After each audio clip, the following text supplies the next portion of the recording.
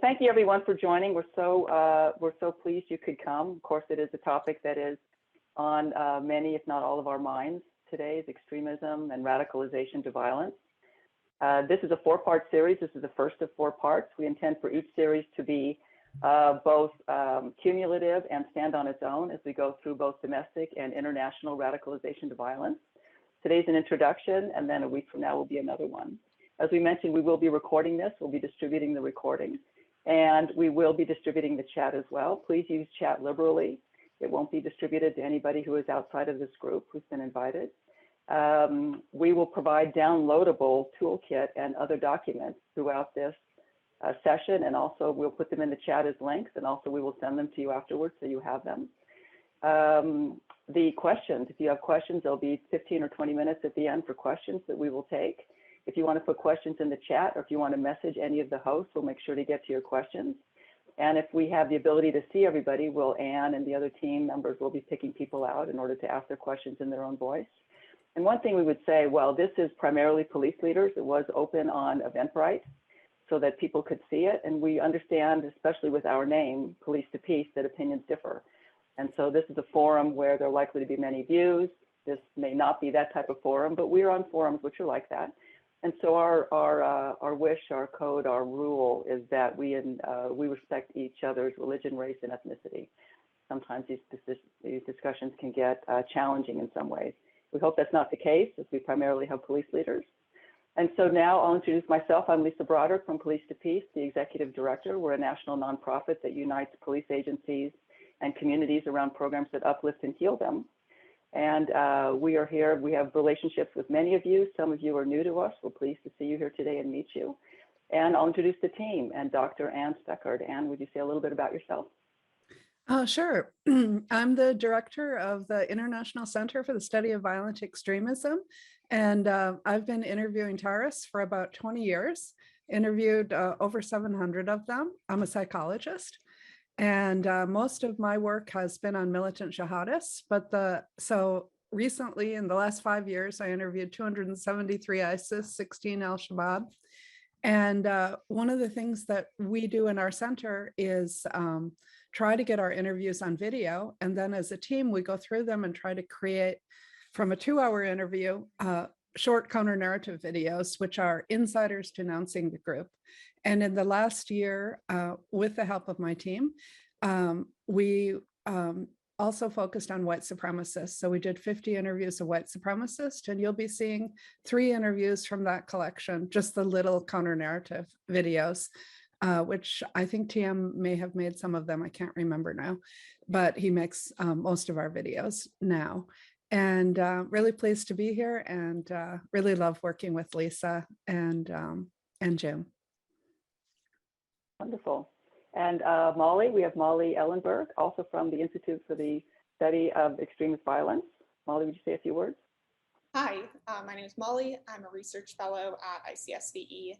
I'm also a graduate student at the University of Maryland. I do all of the data analysis, both of the interviews as well as our social media campaigns of the counter narratives.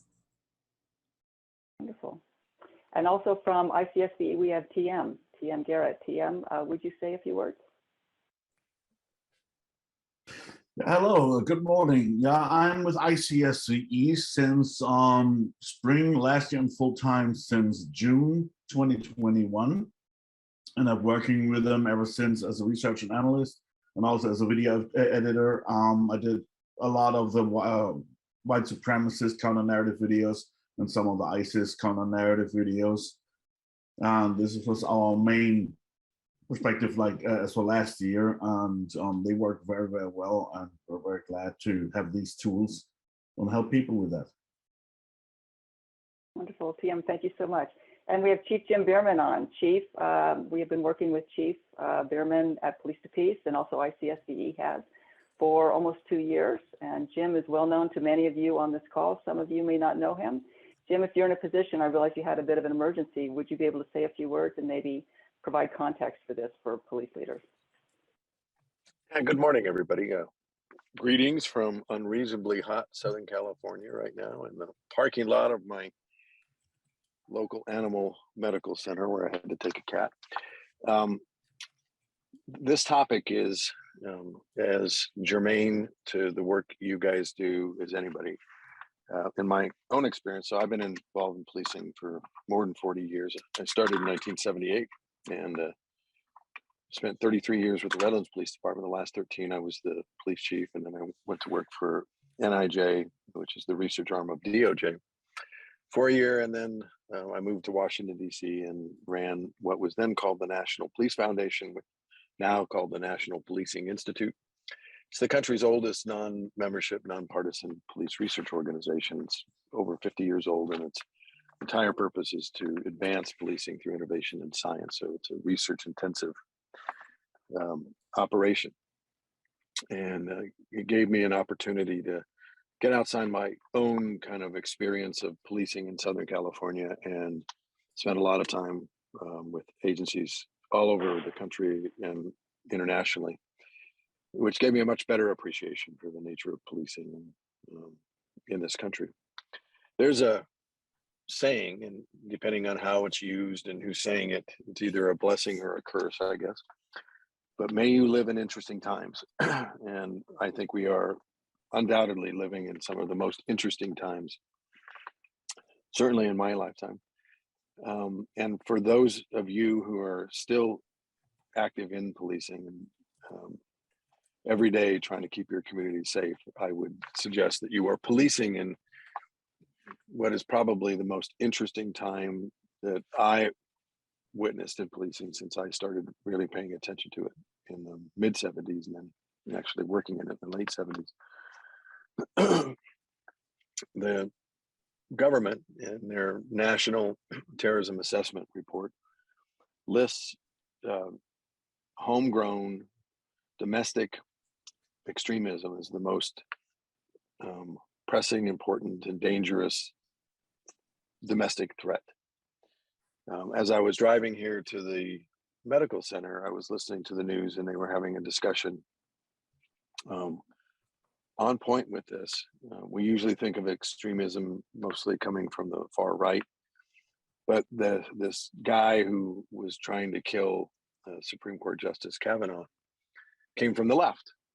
He was obviously has some form of a mental illness, but he was driven by that and his ideology around abortion rights and the Second Amendment. And so he wanted to kill Kavanaugh as a way, in his mind, of ensuring abortion rights for women and making sure that people could have guns whenever they wanted. That ideology, coupled with, you know, I'm not an expert in this. This is Anne's field, but it just seems to me that if we it's very difficult, I think, to put these issues of mental health related gun violence or extremism and extreme violence in from a policing perspective into nice, neat little boxes and buckets, right? That they exist mostly on a continuum where they overlap, and it's hard to sometimes categorize where this person is coming from. So the techniques, the understanding and the techniques about preventing or dealing with acts of violence, whether that's a mass shooting or a bombing or trying to prevent those kinds of things, are really very similar from a policing perspective.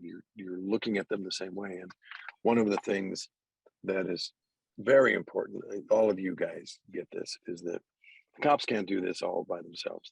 They have to rely on the community to see something and say something, and then your organization has to be sensitized enough to those issues so that they don't blow that caller off when they call 911 or they call the dispatch center. Or those dispatchers have to understand, I need to pass this along to somebody else. That's my job, is to connect them. I'm the connector of these two dots, the caller and somebody inside the PD.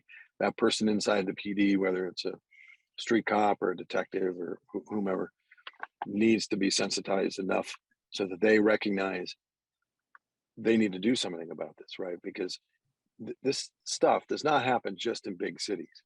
It happens everywhere, all the time. All you have to do is look at where these shootings are. Uvalde is a very tiny city, for instance. DC's, you know, a big city, but that's where the Supreme Court justices live. We're going to see more of that, I suspect, as we get closer and closer to this leaked Supreme Court opinion around abortion rights and other things. This country is polarizing, whether we like it or not, and the police are stuck in the middle trying to figure this stuff out. This training today is about giving you kind of some baseline information and understanding of the dynamics of domestic extremism, which I think is so problematic for the police, because they're the people we're talking about are people that are living in our communities. They're not foreign terrorists that are coming in that might look differently, might act differently than our whatever normal community members are. They are us, right? And in some cases, with some extremists, they may have friends or connections to police departments, which is extremely problematic for the PD and for police leaders trying to manage the public image of what they're doing. This is all about trust and confidence, and the police being effective in what they do. So the first step in creating a community surveillance system, I don't mean like with cameras and things necessarily, I mean just more like a public health surveillance system in the community where people will understand they're seeing something and then understand they have to say something to the police, who then also have to understand that they need to do something with that. The first step in all of that process is for you guys to get smart about this. And then the next step is for you to operationalize that in the community to create this sensitivity without it being polarizing itself, or without adding stigma to people with mental illness, or all those other nuances that make your job so complicated. Because I don't have to do that anymore. I would refer to that as being very interesting. I do think, and I envy all of you who are still on the job, what you're doing. I have great admiration for people who are wearing the badge and trying to keep their communities safe across this country. I miss that part of the business immensely, but this is what, you know, getting older does to you. The heart's willing, the spirit's willing, the body says, no way am I putting on another gun belt. So anyway, enjoy today, the part one of this training. We really encourage your feedback on it. This is part of the broader scheme of Police to Peace, which is about helping agencies understand and create a peace officer framework. That doesn't mean you wear tie-dye t-shirts and peace signs around your neck. It just means that we're finding the true purpose of policing, about affecting peace in the community, and how we go about doing that and all that stuff. So have a great day. I'll try to listen in for a few minutes, but I got to go deal with a vet here in just a second and all that stuff. So I'll hopefully see you and talk to some of you soon. Have a great day. Wonderful. Jim, thank you so much. Well, I think we can dive right into the presentation if no one has any questions right now. Anne, shall we share screen? Yeah, sure. Molly, if you'd put the PowerPoint up. And I'd just like to say to all of you that our model at ICSVE is we go out and do the research. We go out and talk to these people, terrorists, violent, domestic violent extremists, white supremacists, whoever they happen to be. And we try to come back and give the information back to policymakers and frontliners like yourself. So I really hope this is helpful. And we try to always give everything we can for free. And we really want to support you. We know your world is messy, and we try to put it in the boxes and make it understandable. And you can keep in touch with us. We're happy to answer questions when we can. And we'll do our best. So Molly, you take the first slide. I guess we have 2 slides, and then, yeah, there you go. All right. Yeah. So I'll get started by talking about, who are we talking about when we talk about kind of far right violent extremism? Because this encompasses a lot of different types of ideologies that overlap a great deal, but aren't all completely consistent with one another. So we are talking about communities and groups. So groups could be, official groups like the KKK with initiation rites and things like that. Whereas we could also be talking about communities, people who are in Facebook groups or WhatsApp groups or are on web forums and just kind of chatting with each other.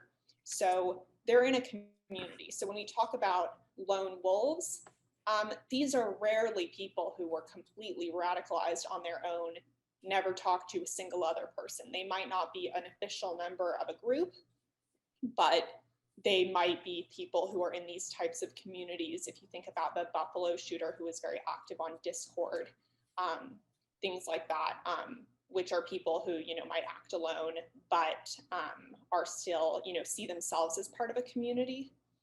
A lot of these ideologies are based in conspiracy theories. And so some of the more, common ones talked about today are the Great Replacement and white genocide, which are pretty similar.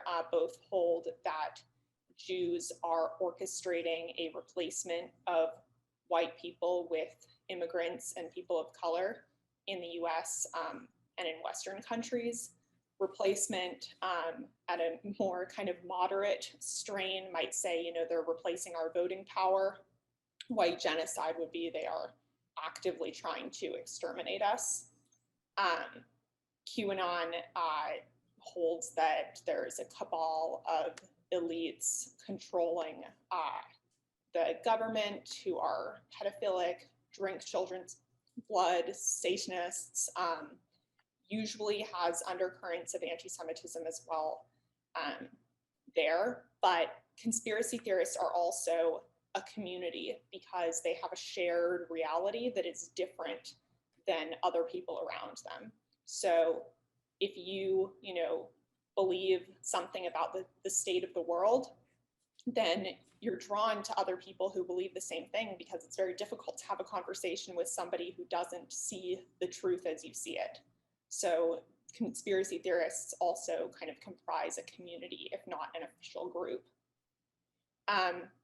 In the next session, we'll talk about these different strains of white supremacist ideologies, but just to talk about them broadly.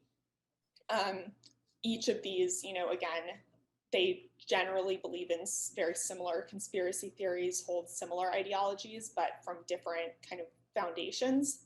So Christian identity is a twisted form of Christianity, which believes that white people are kind of the true humans, that Adam was the first white man, that he was given dominion over all of the beasts, which include people of other races, that Cain was the product of Eve and the snake, and that Jews are the descendants of Cain, and that white people are the descendants of Seth, who is Adam's and Eve's second child after Cain killed Abel. So that gets a little convoluted, but to know about that is that they are using the Bible to justify their racism.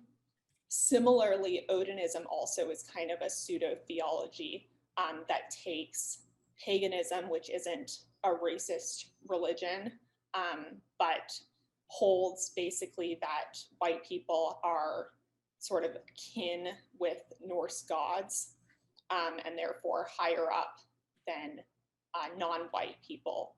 And so it is kind of, again, a religion of race, but with this kind of pagan flair.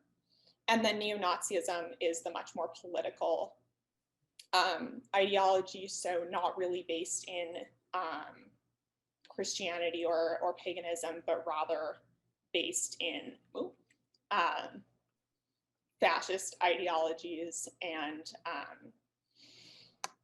conceptions of power and who deserves to have power. So people who are neo-Nazis in the National Socialist movement, for example, could be pagan, could be Christian identity, but hold the same kind of political goals And these are also people that you might see acting less violently in public because they want to maintain a sense of legitimacy and portray themselves as patriotic. But I am getting a bit ahead of myself.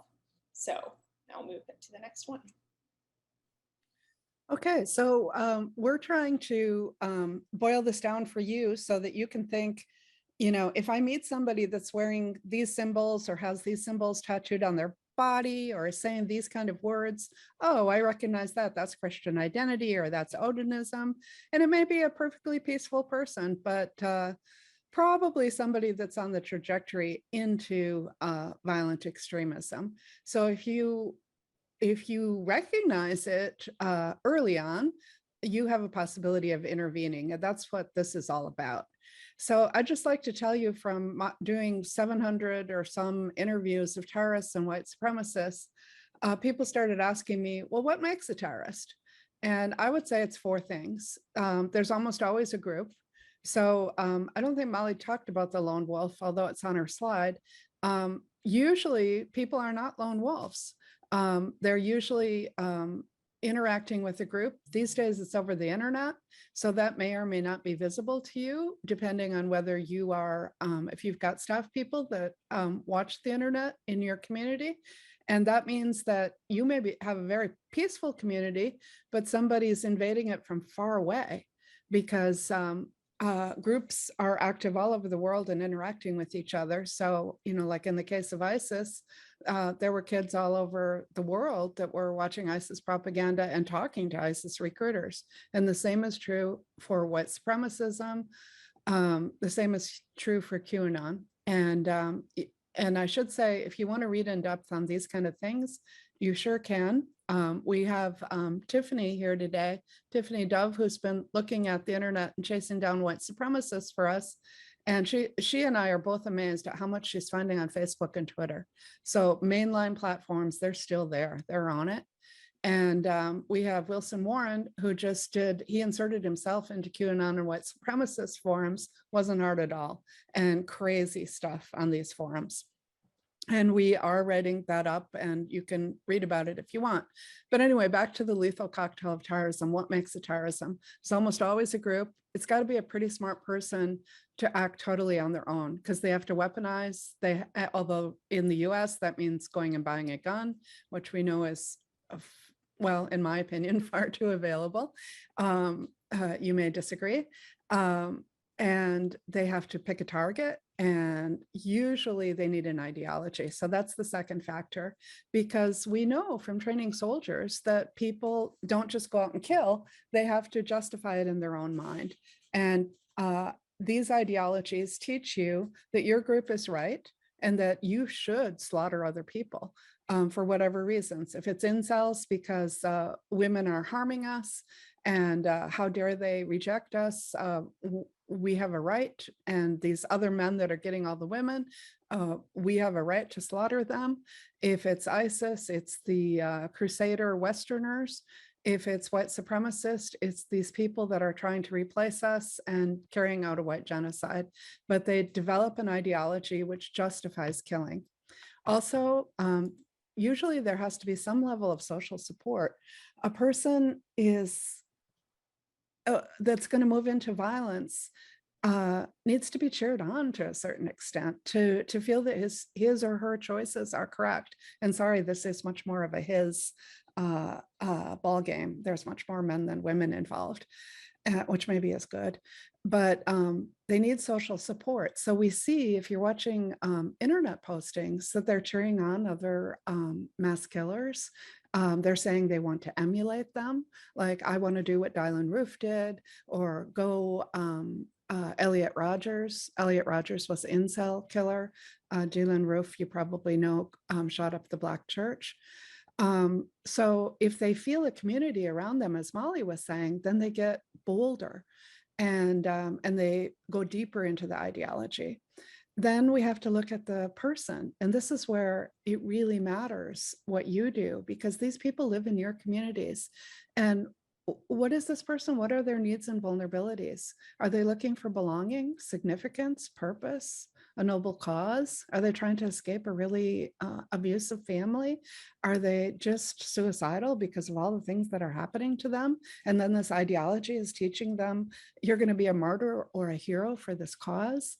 I wrote one paper. It's called The Lethal Cocktail of Terrorism, which I think Lisa's going to be sending around, and I can put the link to it, which lists 50 motivations and vulnerabilities. And we look at all of these in our interviews. And so I will turn it back to Molly for the next slide. Thank you.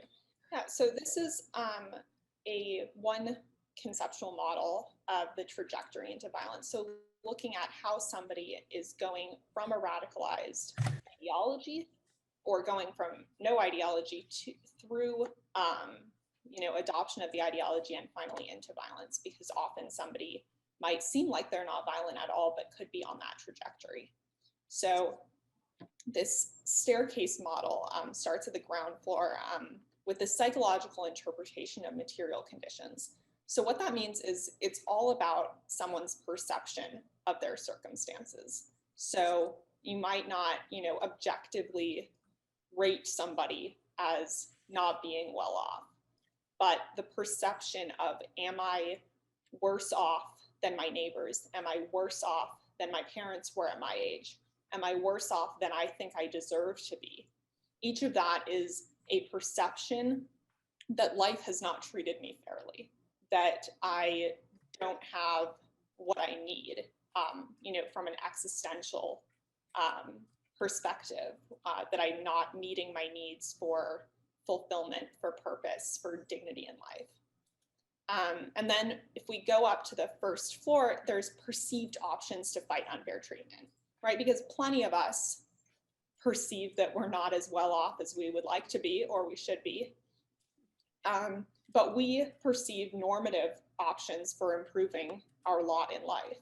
So if we're in need of belonging, we can join a club or a fraternity or whatever. If we're in need of a purposeful life, we can get a job that we think makes a difference, but we also, feel that we can improve our lot in life, democratically. And so in the radicalization trajectory is the perception that I do not have normative means for achieving my goals, that I don't think that I play a role in the decisions that are made. My vote doesn't count.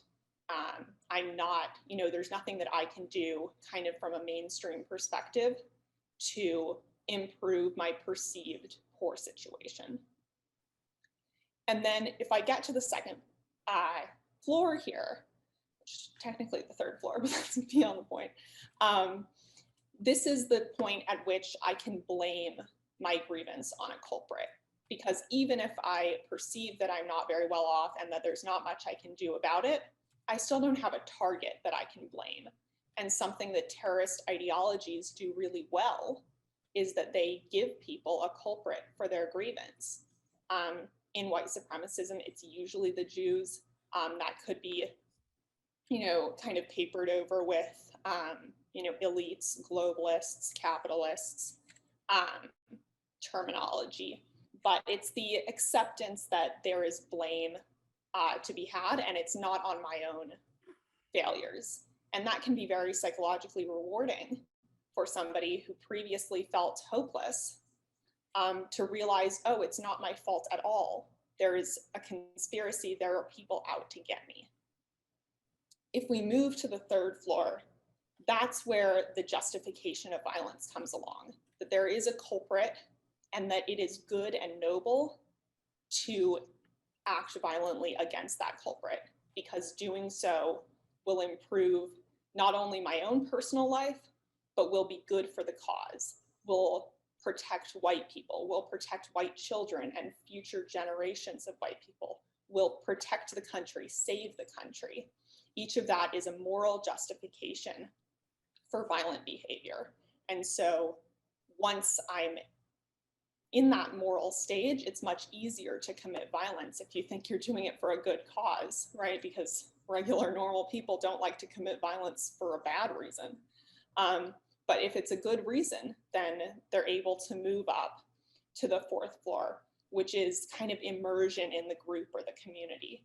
And what this does is it creates a really strict in-group, right? There are hard boundaries between who is in and who is out.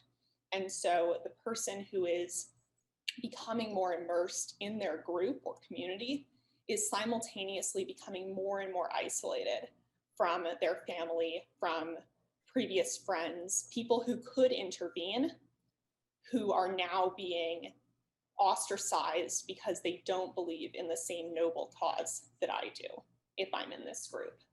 This is also when somebody might be initiated formally into a group, rituals that bond new members together. If anybody was a member of a fraternity, hazing, pledging process that brings you closer together with your brothers, same thing. And this is also when somebody might get a tattoo, become a skinhead, start kind of outwardly projecting their membership in the group. And then the fifth floor is that actual violence against the dehumanized outgroups in pursuit of the noble cause. And so there are 6 steps to getting to that point. And at each floor, it becomes harder to intervene. And so the earlier that you can find somebody, whether they're at that ground floor, even the first, second, maybe even the third floor, are all places, fourth floor too, all of those, the ground floor through the fourth floor, the person hasn't committed a crime yet. They haven't committed an ideological crime, and we'll talk later about, other types of criminality. But these are all places that can be intervention points before they get to that violent step. Hand it over to TM. Thank you, Molly. Yeah, I agree. I sometimes call them the stages of radicalization. And it's interesting. I've seen this slide the first time with the floors, but it's exactly the same thing. In my case, it's a dot that's getting darker and darker until it's a red dot, which is the hate crime, but represents exactly the same thing. And it's much easier to catch them. The earlier you catch them before the hate crime. And how to catch them, sometimes it's very, very easy because they use symbols all of a sudden that you haven't seen on these people before. For example, parents will see maybe something they have in their room, or some patches or stickers they wear, or maybe if they following their kids on social media and see what kind of things they share. And we have a slide here, and we have a couple of very old symbols and a couple of very new symbols. They're all still used. The first one, actually the first 4 are very often used together. As you see, the 14 is the 14 words, were coined in the 1980s by David Lane, a convicted terrorist who formed a terror group named The Order. And that is, the 14 words are: we must secure the existence of our people and the future for white children. That became like the slogan for the movement, and are often used just as 14 words, sometimes to sign a letter, and sometimes just as a tattoo. And very often it's combined with the 88. And 88, it's 2 times the letter, the number 8, which represents the 8th letter of the alphabet, which is the H. And it stands for Heil Hitler. So very often it's a standalone, but very often also used together with the 14 words, as we see here, 14/88. So these are the 88, or especially 1488, is a 100% indicator that something is going on with the person who's using it. Just the number 14 or 88 by itself could lead in that direction. Always look a little bit further what else is going on. But with 1488 in a combination, you can be 100% sure this is going in this direction. The 5th one here, the Trojan helm with a sharp, which is it's crossed out. So SHARP stands for Skinheads Against Racial Prejudice, which was formed in New York in the early 80s by non-racist, actually anti-racist skinheads. And that's their logo. And it's crossed out like the Ghostbusters. So it's used by a lot of white supremacist groups to identify themselves. The first symbol on the second row is the arrow cross, sometimes also a cross star. It's actually derives from World War II, from the Hungarian fascist party. I believe they were called the arrow cross. And I have to look it up by myself. The arrow cross party, which was fortunately only active until 45. And a lot of groups have adapted that too. So that's a very common symbol too. The next symbol, the Iron Fist, or also called White Power Fist, was actually stolen from the Black Power movement, which is exactly the opposite, the Black Fist. And it's an exact copy and used as the White Power symbol until today, either used as a hand sign, but mostly as a tattoo form, and just the outlines. That is how it's used mostly. The next symbol is the KKK symbol, also called the Mayork, the mysterious insignia of a Klansman, which is their logo. It insists, actually, if you turn it 45 degrees, then you would see that it's 4 Ks, and it stands for Knights of the Ku Klux Klan. And in the middle, you have this red blood drop, which stands for the blood of Jesus Christ. And they claim that Jesus shed for the white people only. So it's seen on flags, on patches, and of course on the typical KKK robes, which you see a little bit down there. So this is also a very, like the Iron Fist as well, 100% indicator that something is going on here, in this case, KKK related. The other picture is a little bit hard to see, but I see the Celtic cross in the background, which we have in the third row as well, and the person with a pistol, and so which is a typical skinhead tattoo, which is very often done in prisons, but not only. It's also, there's a big skinhead movement outside of prisons as well, and that is also the symbol on the other side. The two, it derived originally from the skinheads from Doc Marten boots, but a lot of skinheads adapted more radical, more military style boots, which you can see here. It's often Ranger boots. This is actually from a CD cover from actually the movement's most known and prolific band Screwdriver. And that is also 100% indicator in this case. The next one is Thor's hammer in the movement called Mjolnir. It's not only used in the white supremacist movement.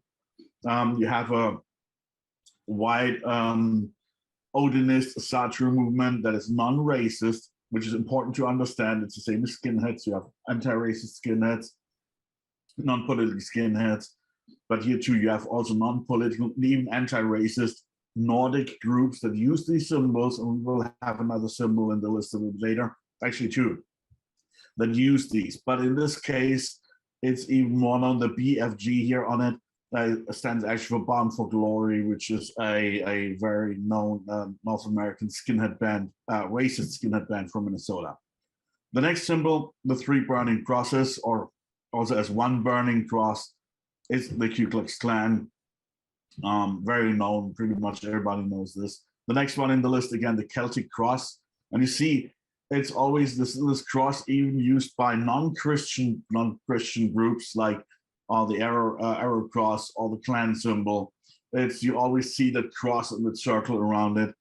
And while the Celtic cross itself is not a racist symbol, but this form with this outline is definitely, it was first used by David Duke used it, and then Stormfront, the website, which was founded by Don Black, started using that, and very often you can see it also with the letters W and P in the corners, which stands for white power.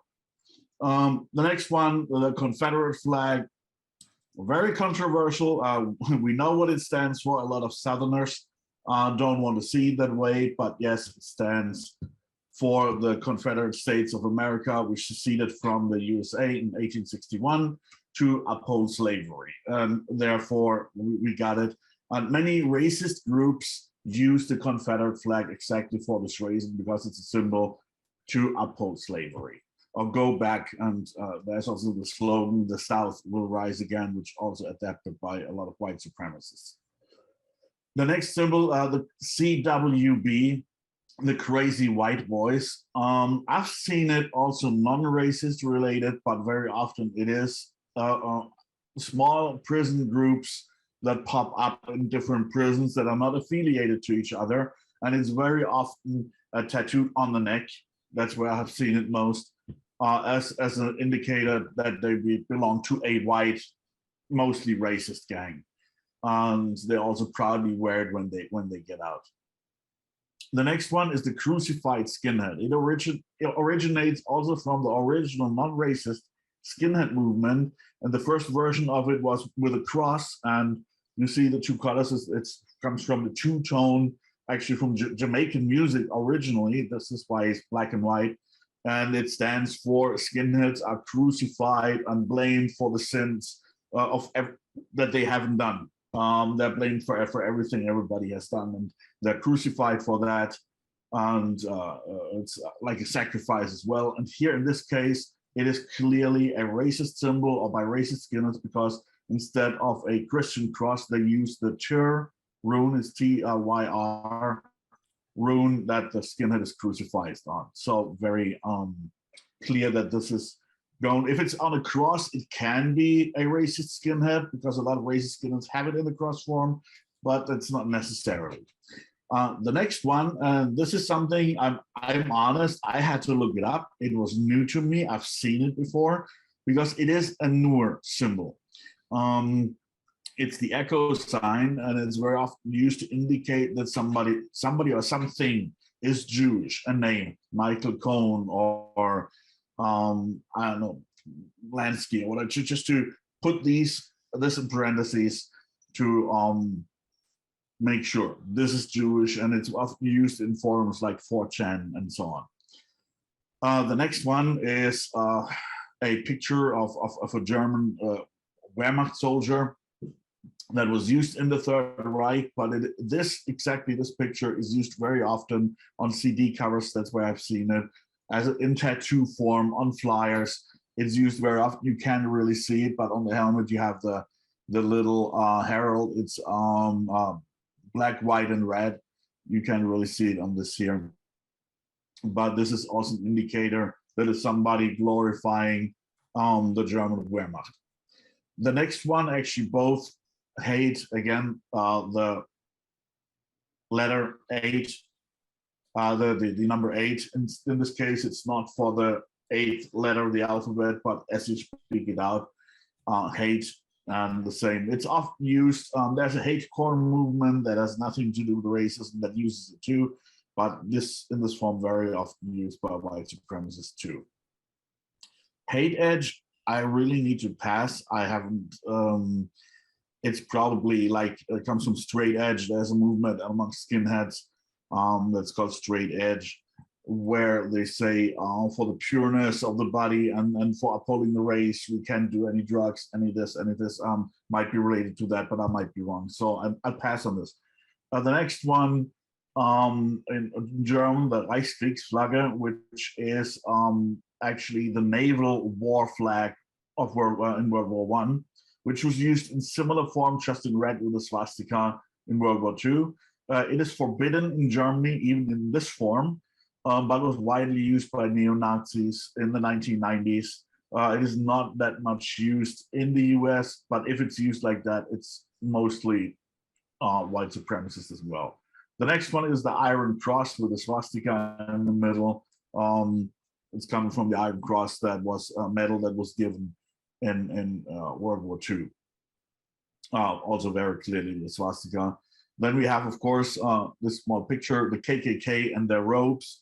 The KKK had different robes throughout its history. There's different eras. The first era, then you had the second era when the Klan was revived in 1915. And this is where this kind of robes popped up the very first time. And it exists, there's a couple of movements that wear robes like this that has nothing to do with racism, like In Bavaria, there's a movement for a former king. And in Spain, there's Easter processions where people wear robes that look almost like this. Has nothing to do with the KKK, but we see it here in the USA, especially with the Mjölk symbol, the KKK symbol on it. It's very clear that's the KKK. And they have often color codes, like they have capes on the back. They have often colors that are either black, red, green, or purple. It depends what kind of rank they are. And like pilots or also boat captains, they have like stripes on the sleeves on their robes, which also indicate ranks on or what level they are on, either on a local level, state level, or a dominion, or even on the national level, which would be then the leadership. The last symbol is not necessarily a racist symbol. Again, it's a Nordic symbol. It's a rune symbol, which is used by Odinists, non-racist Odinists, and the Asatru movement, which is not necessarily racist. But it is used by racists, and it was also hijacked by the Nazis in World War II. The Lebensborn, which was a project by the SS, where they actually set up brothel-like institutions where Aryan women would have to breed with SS soldiers that were selected to create the pure Aryan race that they were planning on. And they use the symbol as well, but it's often used as a tattoo form, etc. as well.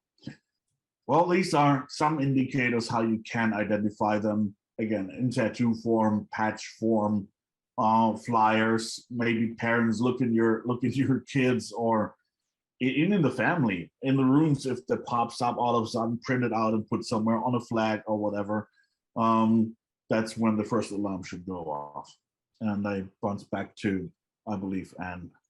This is me. Thank you very much. So yeah, so those are some kind of visible red flags of radicalization, but there are also quite a few behavioral signs. So first would be activity on far-right forums. And, you know, of course, not all people on these forums may present as classic white supremacists, especially on incel forums. These are kind of alt-right type, manosphere, people who are, you know, men's rights, anti-feminists, who, you know, there's a lot of just overlap between these ideologies. And they do, you know, they are promoting and encouraging and validating violent activities. The helping behavior and the obsession with an imitation of law enforcement are really important, because if we think about the noble cause and the moral justification, people on the far right, with the exception of some, you know, anti-government type militia groups, a lot of them see their noble cause as being pro-America and saving the country and protecting the heritage of the country. So they will, you know, not portray themselves necessarily as a ruse, but genuinely see themselves as being aligned with law enforcement. But what we saw on January 6th is how quickly that can change. So it's not, you know, just a respect for police, but it's a perception that that their actions are protecting America and that they maybe can do more than the police can do. They can be more violent with people, for instance. And so, you know, Mr. Rogers said, look for the helpers. You can look for the helpers as well, people who are just getting a little too close, a little too enthusiastic, saying, you know, hey, I will definitely, you know, I can help you control people at a protest, that type of thing. Face-to-face and online expressions of nonviolent proclamations of hateful ideologies. Again, when we remember the staircase, somebody who, you know, is just posting online or, you know, has a tattoo but isn't, you know, actively going around hurting people, might be just a few steps away, because these ideologies justify violence and they dehumanize other people. And so that can very easily slip into violence even if it's not somebody that you immediately suspect to be a violent person. And then again, glorification of mass shooters with white supremacists, as well as especially with incels, kind of younger people, a glorification of mass shooters as seeing them as people who are empowered, who are reclaiming power, who are doing the ultimate act of masculine strength. All of those things are definitely behaviors to look out for. So one of the things that we have to remember is that in almost every case of terrorists and active shooters, a family or a friend knew ahead that something was wrong. So you can look at these statistics up here on this slide, but look, if 54% of people noticed concerning behaviors by the shooter, or they had heard a specific target made or threats, or they leaked an intent to violence, which we keep hearing over and over again. They posted on the internet, and the internet is so important these days. So I really encourage you to have somebody in your force. If you're seeing someone that's wearing these symbols, that's making threats, that's violent in protests, that you take a look at what they're doing. You try to get to know their family members, the people around them, because that may be your tip off of that you need to act. And it is so hard to know if you should act, because we can't arrest people for thought crimes. We can't arrest people for saying their point of view. But if they're getting locked and loaded and they're ready to act, and you have a family member or a friend that tips you off because they trust you, because you have come and already talked to them, or you have somehow put yourself out in the community as trusted, that they know they can come to you and you won't be punitive, that is so important. And we know now that all of these groups, from ISIS to white supremacists to incels, they all at QAnon, they all peddle this idea of, we're letting you in on some kind of esoteric knowledge. You are getting the truth. In the case of ISIS, you're getting the true Islam. In the case of incels, you're getting the black pill. You're finding out how things really work. In the case of white supremacists, you're finding out how Jews and Democrats want to control the world and replace whites. Abortion clinic terrorists, you're finding the truth about fetuses and how you should protect them, but you're always learning some truth. And we know now that a lot of these groups spread this so effectively over the internet. So the Buffalo shooter, for example, he was spending a year on 4chan just soaking this up. And as far as you're concerned, he's a clean skin, isn't he? And, suddenly he acts. So we need to know that people get into these groups, get into these ideologies, they go up these floors, as Molly was saying, and they start to narrow their focus and they become true believers. And when they're at that point, they can act really quickly. And you haven't seen, if you're not looking for it, you haven't seen anything. And boom, where did this person come from? I thought he was normal, and he's not. And so you need to find a way that you can recognize, that you can intervene, and you can be a trusted person in your community. Because just as Jim said in the opening, if your community is not telling you what's going on around you, you're lost. The other thing is to think about all these vulnerabilities. Like I told you, the 4 things that come together to make a terrorist or a violent extremist. Who are the lost people in your community? Who are the bullied kids? When you see parents interacting with their kids in ways that maybe you can't make an arrest, but you can make an intervention, and you can be aware of a kid that's in real pain, that wants to escape, or maybe is getting suicidal. If they're suicidal, then they're easy prey for groups that want to tell them you're going to be a hero. You also want to think about what in your community is held sacred.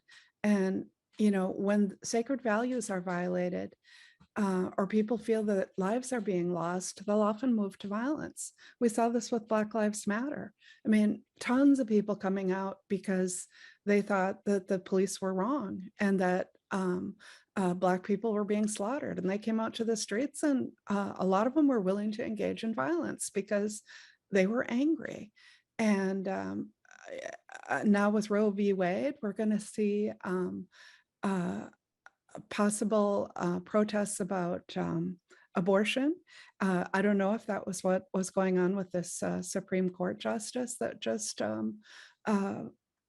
had a plot against him that was thankfully caught ahead of time. We are polarized. There's a lot of LGBT information that's out there that deeply offends some people. And so if you can figure out, does a person feel that their sacred values are being violated, and are they willing to move to violence to protect or to act against that? TM and I were just discussing a case that he did an intervention in, and the guy was on Facebook saying, how could there be a month devoted to celebrating sin, which I think he meant Pride Month, and how about we have a month where we celebrate other things? I don't remember what it was. Oh, hating libtards and the rest of us. And you know, he's probably okay, but this guy has a military background, has been in violent extremism, and you know, could he flip back to it? We all need to be watching him. Let's go on to the next slide. So I'd like to give you a few examples and for you to actually listen to these guys. This is Benji McDowell, who TM worked with. And TM does a lot of interventions and helps people get out of violent extremism. The rest of us do the research on it and write policy briefs and do trainings like this. But TM's right out in the front lines with the rest. And Benji wanted to emulate Dylan Roof and carry out a mass shooting. He was a lost kid with learning disabilities, with a broken family, with a lot going on. And luckily, in this case, he went to ask his imperial wizard. He had joined the KKK, and he said when he went to his first cross burning, he just felt euphoric. He felt like he'd found where he belonged, and it was just the greatest thing ever. But when he decided that he was called by God to carry out a mass shooting, he was going to carry his out in a synagogue. He went to his imperial wizard and asked where he could get a gun. And thankfully, the FBI had a good relationship with the imperial wizard, and they set him up on a sting.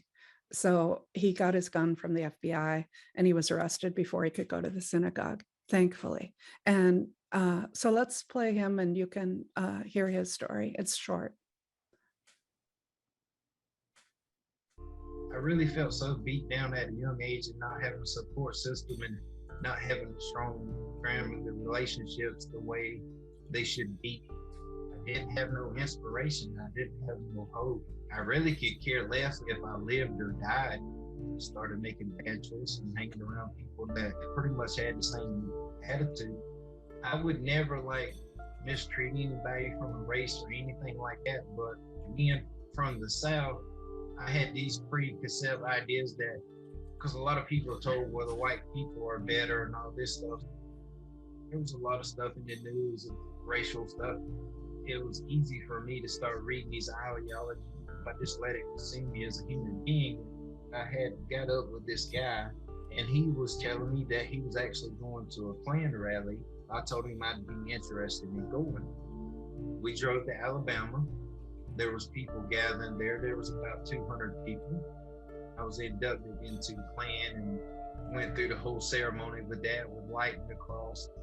That night really changed me because it felt so powerful. I felt like I was loved. It felt like that's where I belonged at. I started just digging in deep to the white supremacist ideology of we superior and we better than other races, and other races are subhuman. When you get involved with this, they'll show you these verses and videos of Black people jumping on white people, learning more about Hitler and Germany or the Civil War, and just learning all of this history. I really got so consumed in this stuff that I really personally thought God wanted me to go out and hurt these people just for him, and felt like I was on this spiritual journey from God to be a warrior and be this hero that was going to save the world and get all these other races off the planet. He was telling me that Jewish people control the world and the banking system. There's a certain scripture that says something about Jews and synagogue of Satan.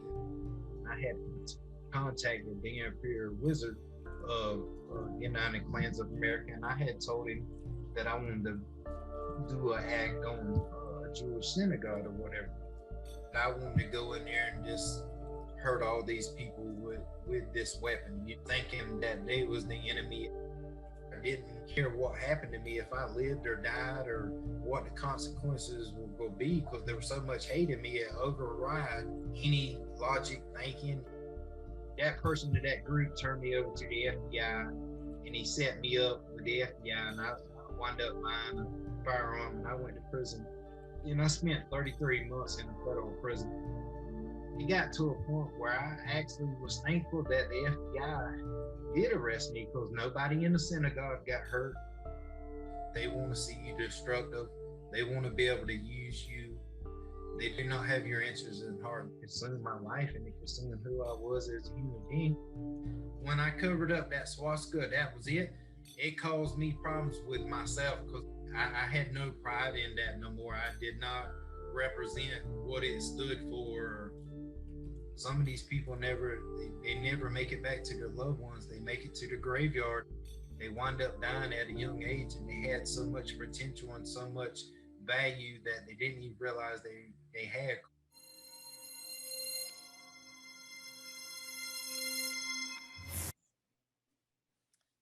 Okay, that gives you one example.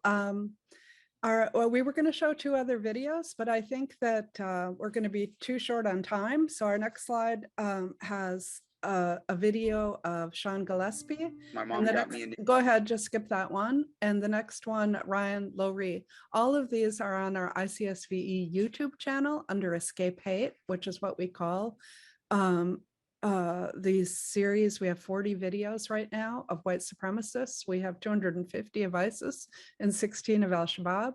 And you are welcome to use any of them. If you're going out and doing community talks, if you get invited to a high school, you can use them, because insiders speaking against a group are really powerful, especially with youth. And one of the things that we need to understand is that it's not like somebody's getting talked into this just in a coherent, cognitive way. It's always really emotional, and they're using emotional pleas to them to say, these are the victims and you need to do something. And they're using a sense of belonging, and they're manipulating emotions much more than making a cognitive argument, which is why we make our videos equally emotional, but with an argument from an insider that this was poison in my life. Let's go on to the next slide. This is you, Lisa. Hi, thank you, everyone. We're going to be sending out the videos and also putting links in the chat. This is a triangle that many of you who have friends in fire service might recognize. It was developed by Jim Bueermann, who's still on this call. You probably might not be able to speak about it. Jim, if you'd like to speak instead, of course, I'd be happy. Please just say something. If not, then I'll go a little bit into its background. And so it was developed by Jim in order to try to capture the essence of the fire triangle applied to policing. Jim, I see you are off mute. Would you like to explain the triangle? Yeah, sure. So a fire chief friend of mine and I were having a conversation that goes way back one day about fire. And he said, well, you got to understand there's this thing called the fire triangle. And fire needs 3 things to be fire. He said, you got to have heat, oxygen, and fuel. And when they fight fires, you don't have to address all 3 of those necessarily. You just have to find one of those things that you can deal with and you remove it, right? So when you see firefighters I live in the land of brush fires. Southern California burns with some regularity, and you'll see bulldozers I have a friend who does this for a living, drives a fire bulldozer, building these big fire breaks. And what he's doing is removing the fuel from that triangle so that you nothing can burn, right? So using this idea of displacing concepts from the fire service to policing, when you think about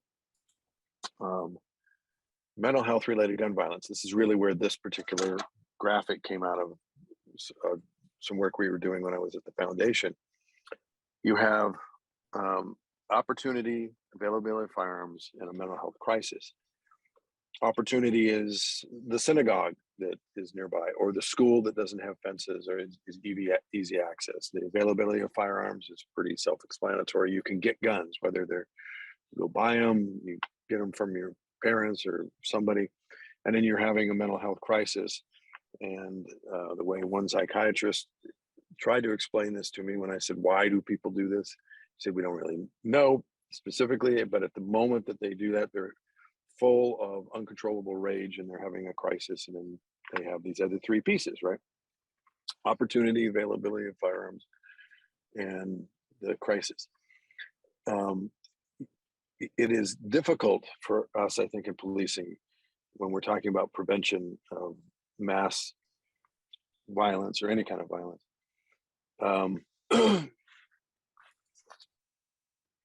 To solve the whole equation, to solve everything. The problems are too big.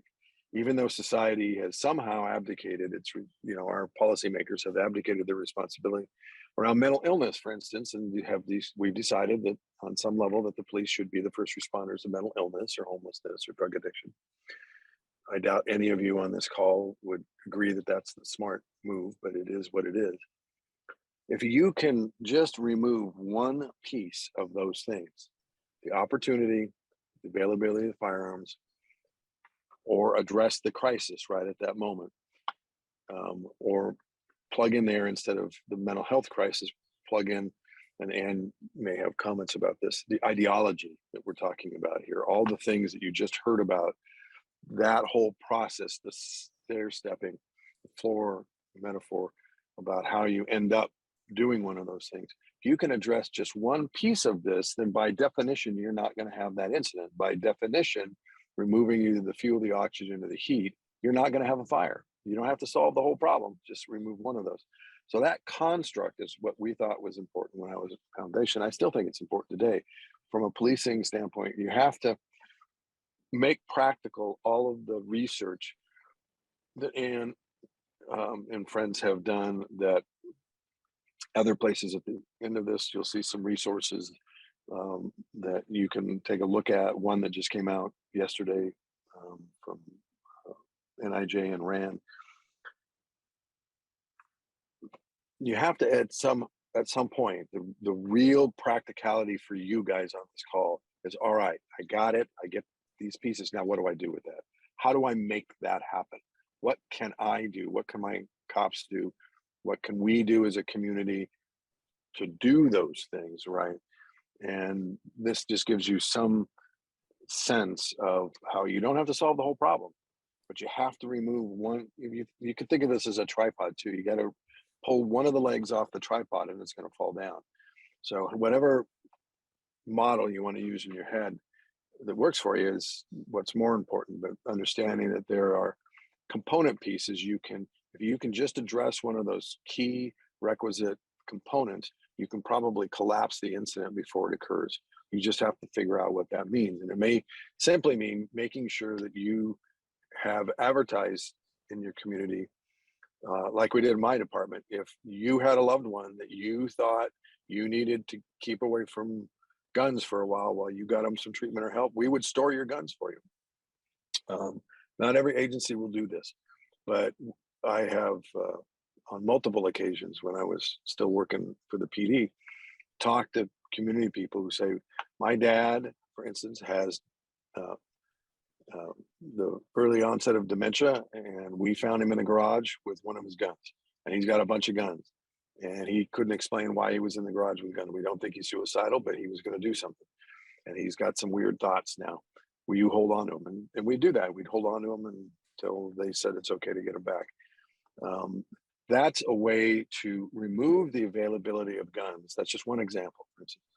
Remove the availability of firearms from that particular circumstance without opening up the can of worms labeled gun control, right?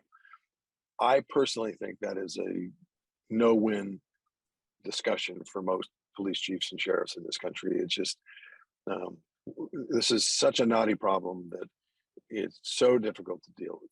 The issue is not the Second Amendment. It's not whether you should or shouldn't have guns. Are they available to somebody when that shouldn't have them available, or at the time that they want them, they shouldn't have them? And how do you do that? Or having gun locks available. We had another program where we gave away, we had, I can't remember who donated to us. We had a bazillion gun locks, and we gave them away, no questions asked to anybody who wanted them, and we gave them as many as they wanted. And nobody abused that. Nobody came in and said, I want 100 gun locks. So that was another way, right, to remove the availability of firearms. And that may have addressed more things like kids playing with guns and shooting each other or something. But we've had, in my community, we've had multiple teenage shootings where they use parent guns or family guns or something they had access to do something. So having them locked up or whatever removes that one piece. Didn't address the opportunity or the mental illness, but it did remove the availability of the gun from them when they wanted to do some nefarious thing. So that's what this graphic is really about.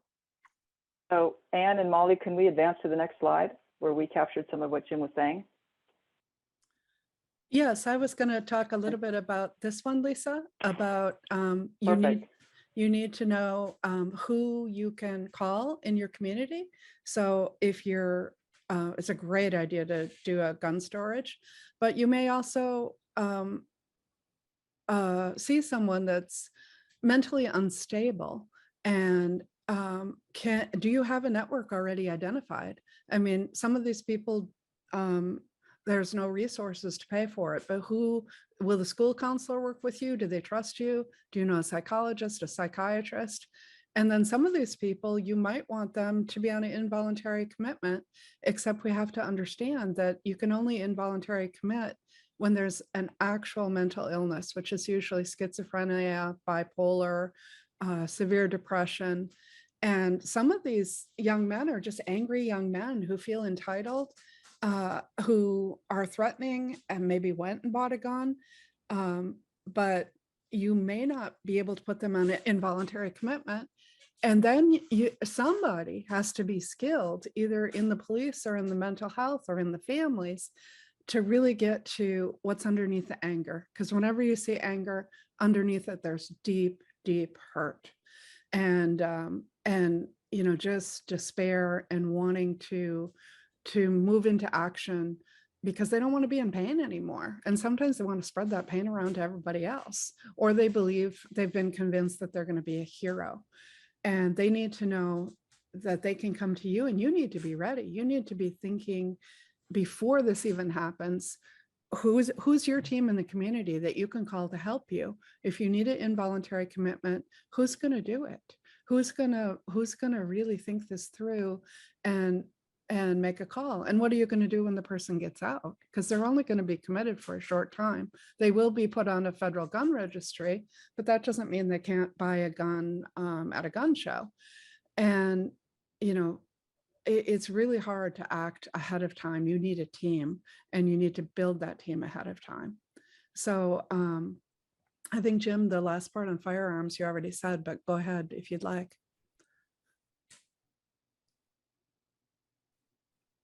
Okay, so let's. Yeah, no, I'm sorry, I couldn't give my thing up. I think I said what I said. Let me just add these. I just gave you an example. You guys all have to just think through. The outcome we seek is removing the availability of firearms. What mechanisms do you have? What's acceptable in your community? What would work for your agency? All that. You'll come up with better ideas than I just gave you. And the same thing with all this stuff that Ann just talked about. Hardening the targets speaks to opportunity, and then the mental illness stuff. You're going to have to figure out how all that stuff works for you and your agency and your community. And if you just, I think, get focused on the outcome you're seeking, which is the addressing the mental health issue or removing the opportunity or the availability of the guns, you'll come up with something that works for you and your agency. That's the operative notion here, is how do you get to that outcome? And I think we also have to mention that, you know, like, while gun crimes are really spiraling in the US, we've seen in other places that people do copycat crimes. There's knife crimes, there's renting a truck and going and running people down with trucks. There's all kinds of creative ways to kill people. So when you start to see these symbols appearing in any form on their bodies, on their shirts, on their placards, and we only went through some of the symbols. The ADL has a huge database of symbols, and they include all different types of groups, all different races and ethnicities. If you hear the hateful phrases, if you start hearing the threats, if you see the precursors of violent behavior or actual violent behavior, but things that you can't make an arrest for, is there a way to intervene? Can you go talk to the family? Can you talk to the friends? Can you bring mental health professionals who are good at this to try to do an intervention and, you know, get the person to talk about what's really hurting and maybe address what's hurting versus act out their anger? What can you do? I mean, we've talked to police that have said they've used some of our videos to say, well, how about look at an example of somebody that was in that group? You know, you sure you want to be in that group? Because that's how it turned out for him. And but do something and have a plan now. So in these 4 trainings, what we're working towards is helping you to think about your community, the threats in your community, what's coming over the internet, what lives in your community, and starting to ask yourself, are we ready? Are we on top of this? Are we looking in the right places? And are we preparing so we can act fast to get an intervention around a person who may do something really horrible with a gun or without a gun? And I think we have to open it up for questions, yeah?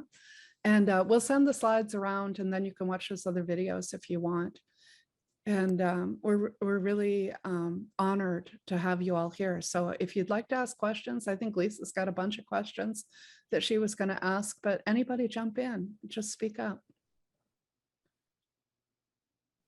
Oh, you're I think that Colin had a question about not only the ideologies, which are not only on the right. We may have addressed that. Colin, have we addressed that to your satisfaction? Or do other people have questions? Well, I should say that in our last, our 3rd and 4th training, we're going to talk a little bit more about international threats, which would be ISIS and Al-Qaeda, Al-Shabaab. If you're from Minneapolis, St. Paul area, you know, Al-Shabaab pulled out some people to the first suicide bomber from the US, went and joined Al-Shabaab and thankfully did a suicide bombing over there. And, you know, we're seeing violence in all kinds of groups and all kinds of races. And these things play off of each other too. So if you see, you know, one group active and is the other one coming in, and people are traveling all over the United States to get in the face of the group that they oppose and in a violent way. So, you know, this is worrisome. More questions. Okay. Oh. I think we've really addressed the neo-Nazi at this point. And as Jim said, it's the FBI has really identified our domestic terrorism threat. The most lethal seems to be among white supremacists, but we don't mean to be picking just only on white supremacists. Lisa, you had some other questions that you wanted to ask. I did, and that is, let's see, we have it here. You had a really good one about our active shooters the same. I remember that, and she told me the questions ahead of time. And I think that's a really good question as of today, that, you know, we're seeing active shooters and sometimes they have no political agenda. They have no relationship to a group and they are a bit different. They're angry, entitled, oftentimes young men. I don't think we've had an active shooter that's a female yet, have we? And at least, or a school shooter. So they are different in the sense that they haven't oriented themselves to a group and to an ideology over time. So they may be harder to spot.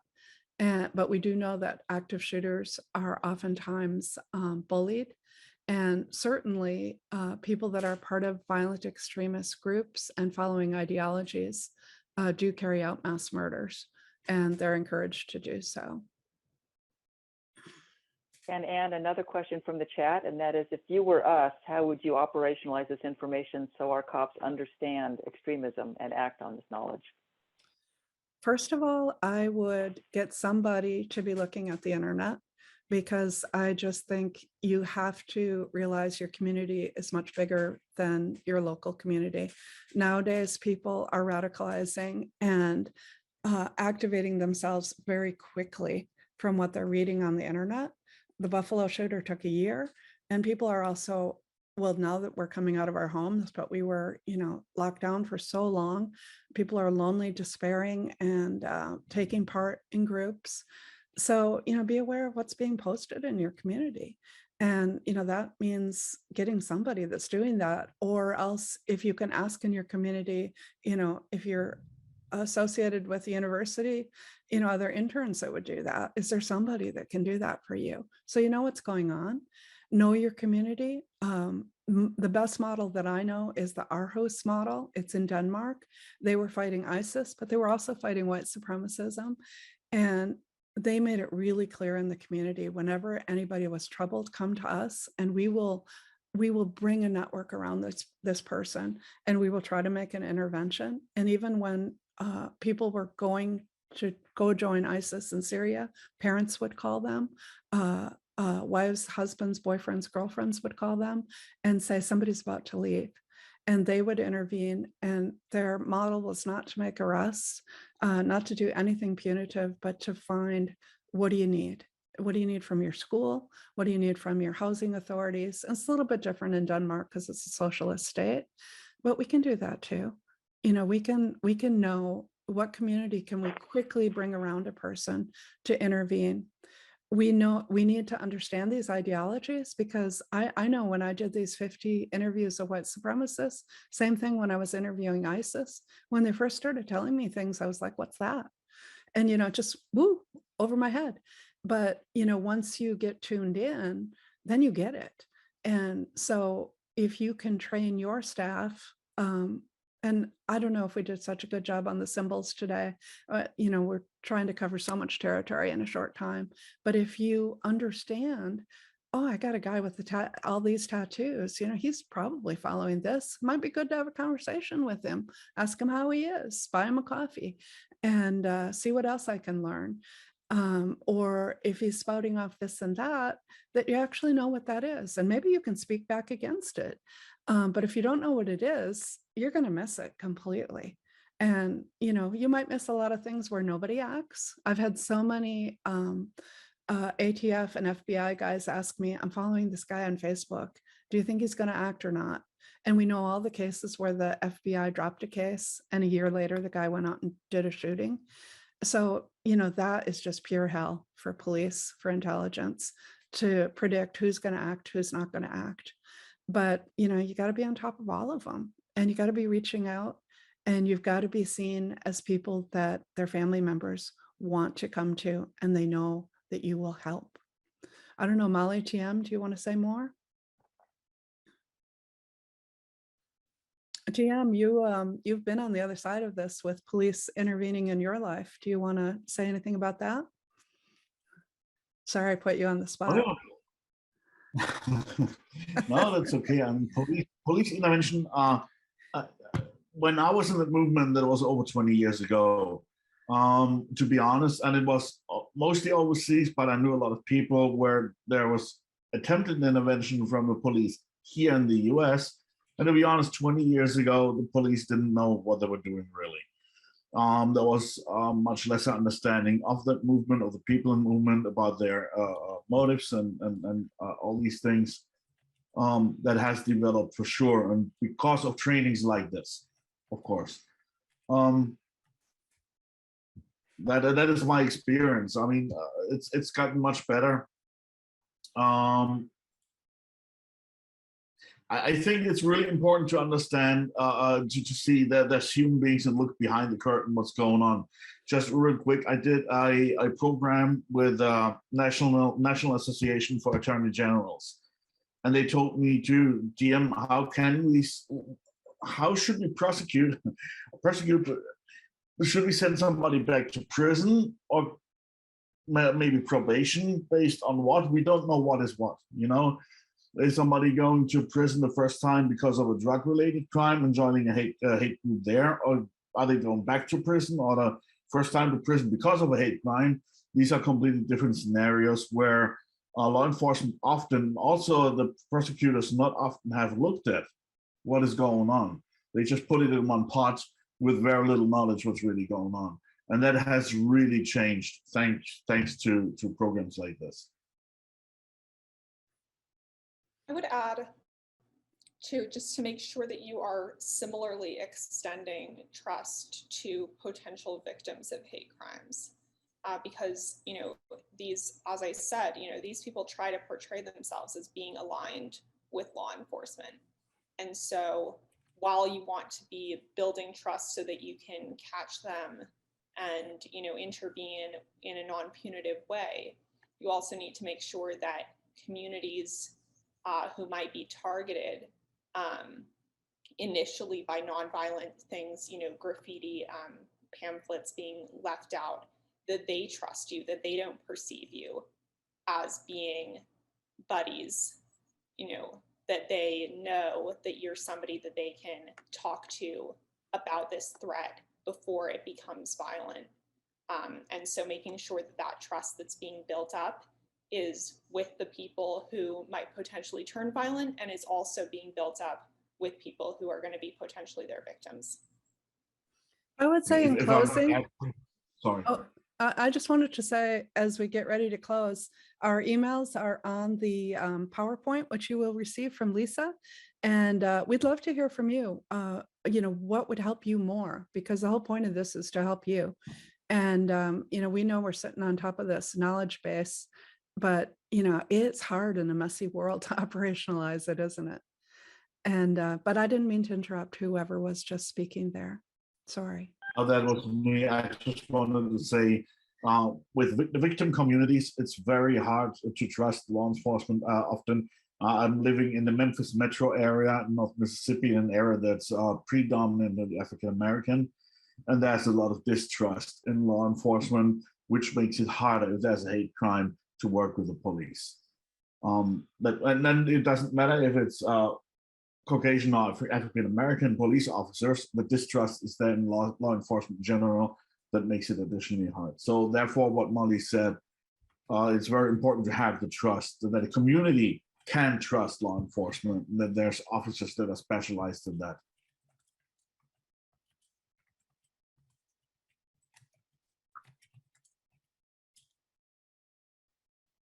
Okay, I just saw the comment of we disagree on some points. This country is so polarized right now, and we need to be talking to each other, and we need to be thinking these things through and doing our very best, as Lisa would say, to bring peace. And you guys are peace officers. We're very proud of you.